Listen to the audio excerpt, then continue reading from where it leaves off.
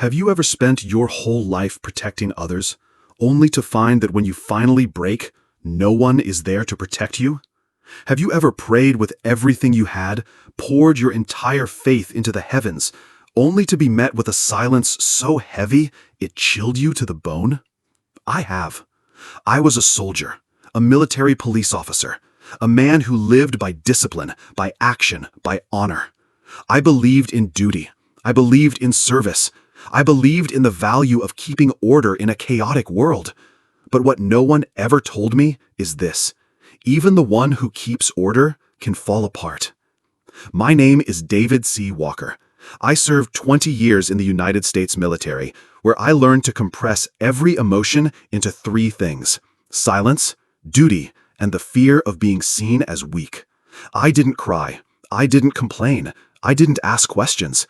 I obeyed. I followed the schedule. I was strong because people needed me to be strong. But here's the truth: strength gets tired too. After retiring, I became a tactical instructor for Homeland Security. Steady job, respected. My voice carried weight, but deep inside, my body had begun to send signals: exhaustion, chest tightness, shortness of breath, pain. No one thought much of it, not even me, until the day I collapsed in my bathroom. No warning, no final words, just one quiet thought echoing in my mind as everything started to fade. What did I do wrong?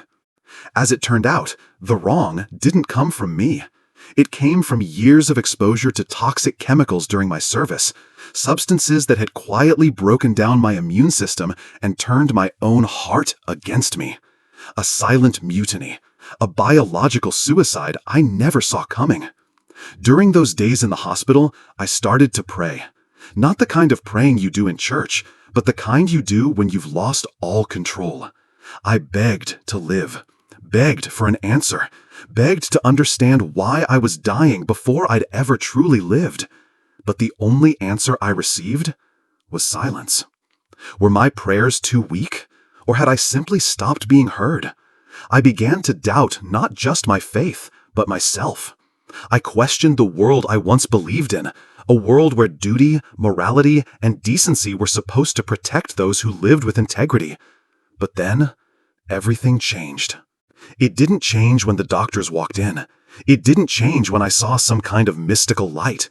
It changed when my heart stopped beating, and my consciousness was no longer in my body. Do you think that when you die, everything goes black? I used to think that too, until I died, and the first thing I saw wasn't darkness. It was a light so radiant, so overwhelming, that I ceased to be me in the way I had always known. But that light wasn't just beautiful. It knew. It saw through me, and it asked the kind of questions I could no longer run from. I died. No warning, no drama, no sirens, no shouting, no one grabbing to pull me back. Just a quiet release, as if my body simply no longer needed me. As if I had been gently removed from a worn-out suit of armor. I remember that moment clearly, not because it felt like sleep or unconsciousness, and certainly not like the kind of death I once imagined.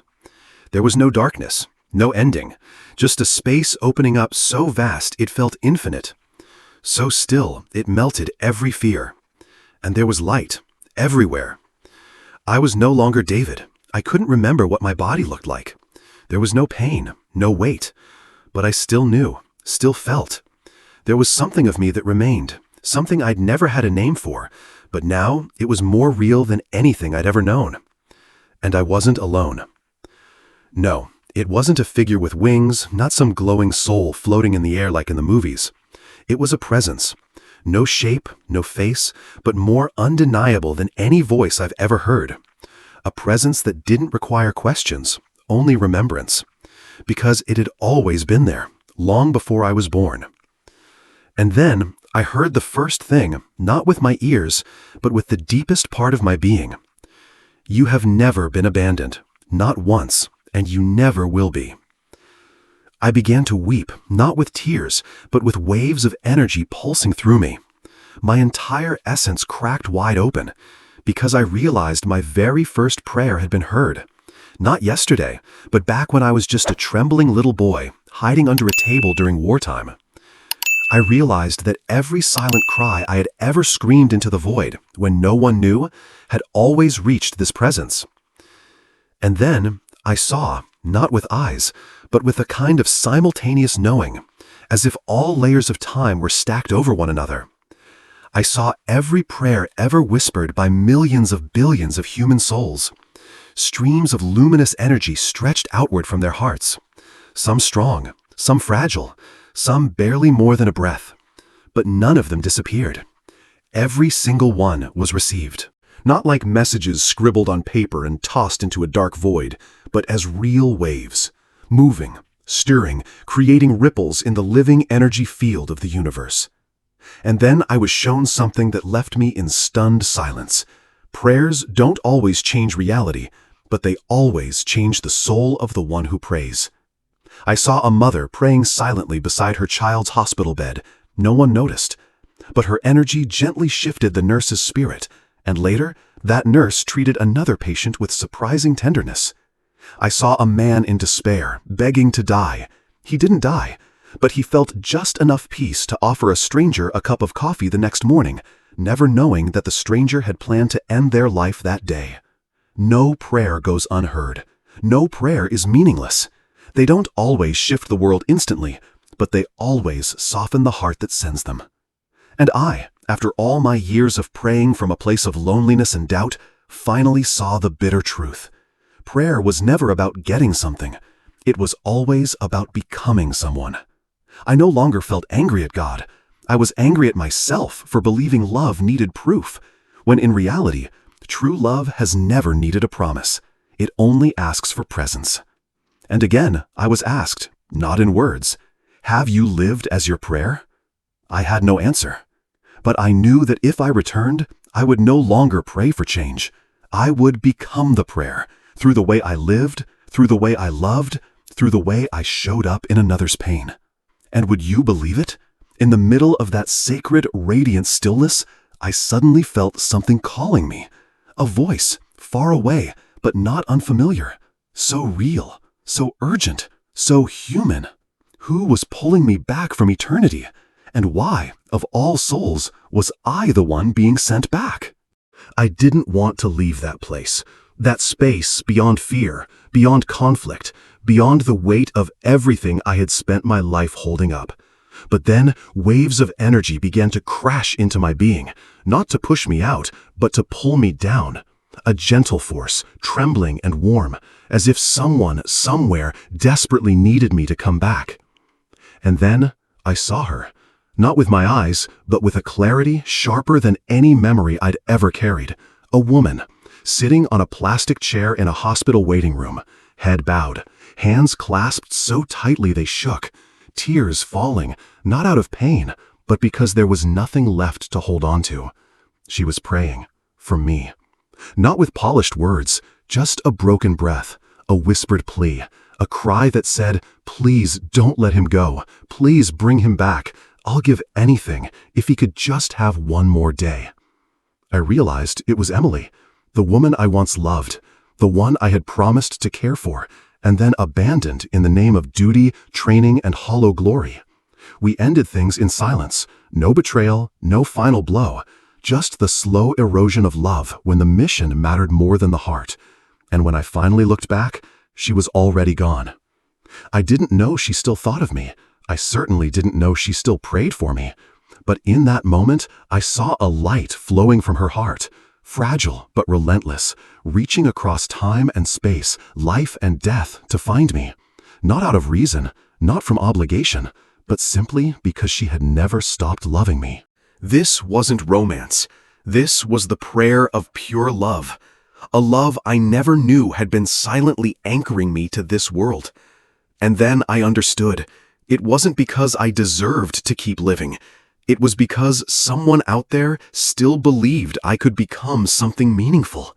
I began to descend, not falling, but gently landing.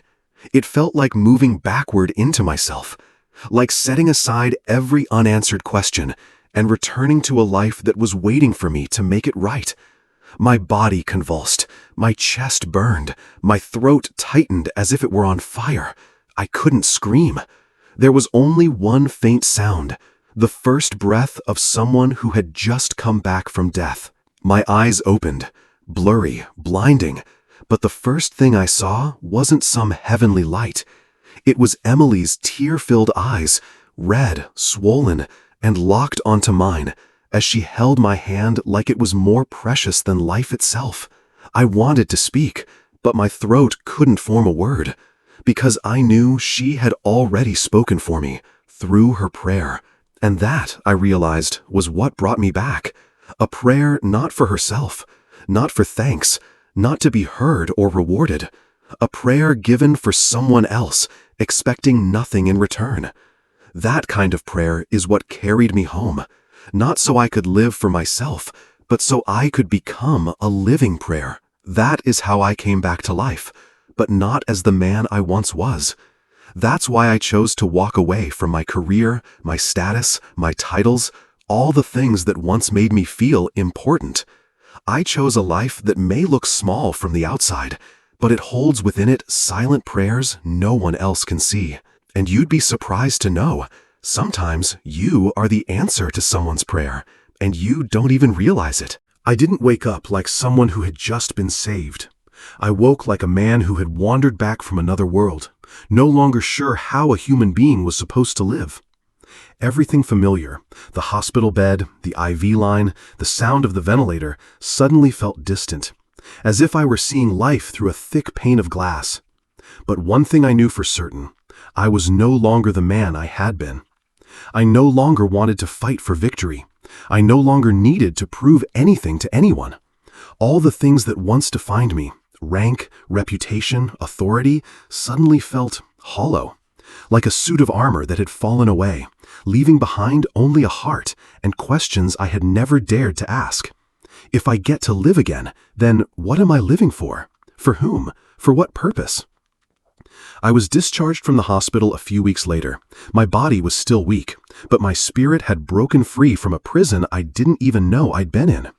I found Emily, not to rekindle anything, but to ask for forgiveness, for all the apologies I never knew how to say. She didn't blame me. She just held my hand like it was the first time. No words, no lectures, no expectations. And I knew her prayer was still unfolding.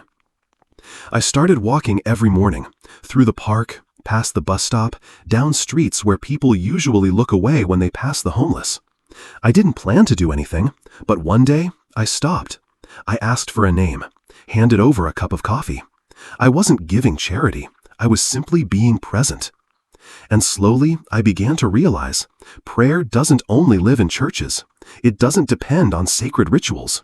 Sometimes prayer is staying long enough beside someone's pain and not walking away. I sold my old truck, used the money to rent a small garage. I turned it into a shelter for 3 unhoused men on a freezing night. No sign, no paperwork, no announcements. Just a warm light, hot water, and someone willing to listen. Over time, more people came. I didn't ask why. I just greeted them by name, made tea, and gave them space to talk if they wanted to. A man who had battled alcohol for 30 years broke down crying when I asked him, "What's the last meal you remember enjoying?"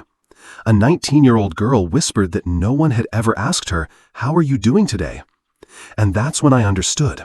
What people need most is not to be saved, but to be seen, to be heard, and to believe they are worthy of being prayed for. I no longer pray with words. I don't kneel at night or ask for anything anymore. I just live as if every action, every glance, every moment of listening is a quiet prayer I send out. Not to earn a miracle, but to be a small miracle in someone else's day. I came to understand this. Prayer doesn't fix everything for you, but it changes you enough that you start to change the world around you, not with force, but with the kind of gentleness that helps a soul, one that thought it had lost its way, pause, breathe, and choose to stay a little longer. Let me tell you what happens when a man who once lived by discipline dies and comes back, choosing to live by love instead. Let me show you what happened when someone like me, old, worn, broken, became the kind of person that others started praying for. Because in the end, we don't live to be prayed for. We live to become the reason someone else still believes in prayer. One winter morning, while I was cleaning out the supply room, I came across a small rusted tin box buried among old clothes someone had donated. I hadn't planned on opening it, but something in me paused. Inside was a crumpled piece of paper, ink smudged, with shaky handwriting that read, "Dear God, if I don't make it, please let someone tell my story. Don't let me die for nothing." No name, no date, just a desperate plea unheard until that day.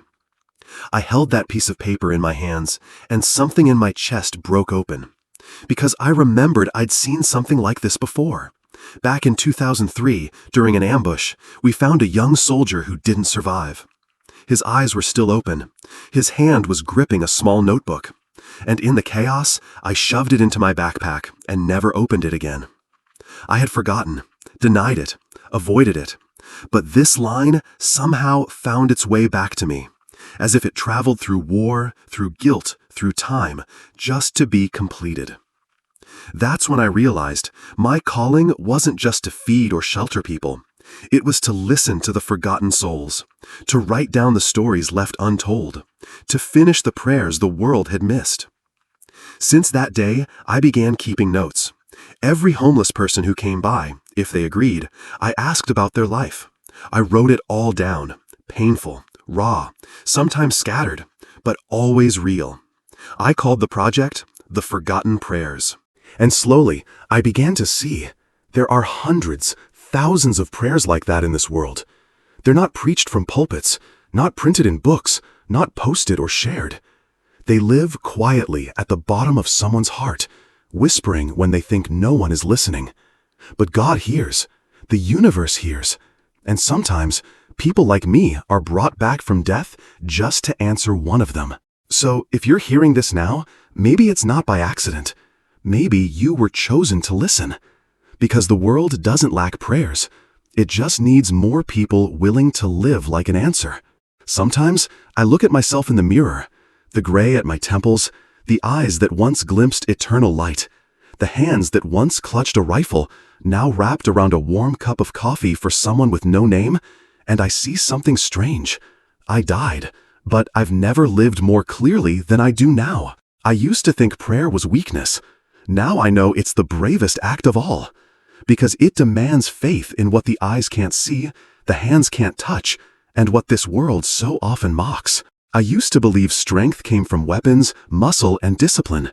Now I know true strength lies in the ability to sit beside a breaking soul and not walk away. I used to think I saved people by doing, but now I understand. Sometimes just listening to someone as if they matter, that alone can save them. One day, I was mopping the floor at the shelter when a young man walked in.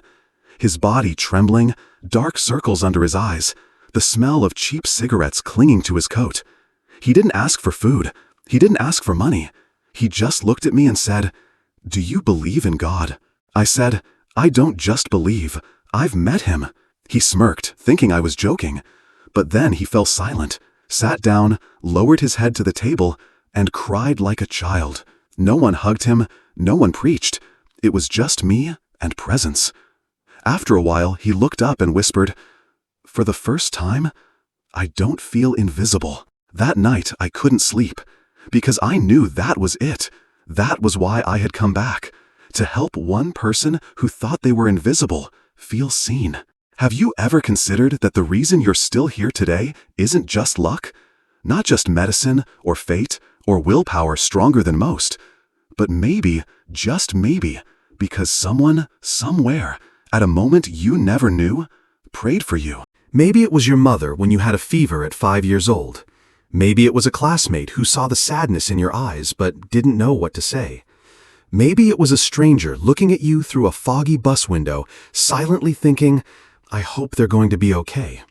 You never heard them. You don't know their names, but you were carried by those very prayers. And now, it's your turn. You're the one who holds the chance to become that for someone else. You don't have to die to see the light. You just have to stop running from your true feelings. You don't need a near-death experience to wake up. You just need to choose to live each day like your time is running short. Because you never know, the person you are impatient with today might be begging God tonight for one more reason not to end it all. The person you ignored on the street may have just whispered their final prayer into the silence. And if you knew that, would you act any differently?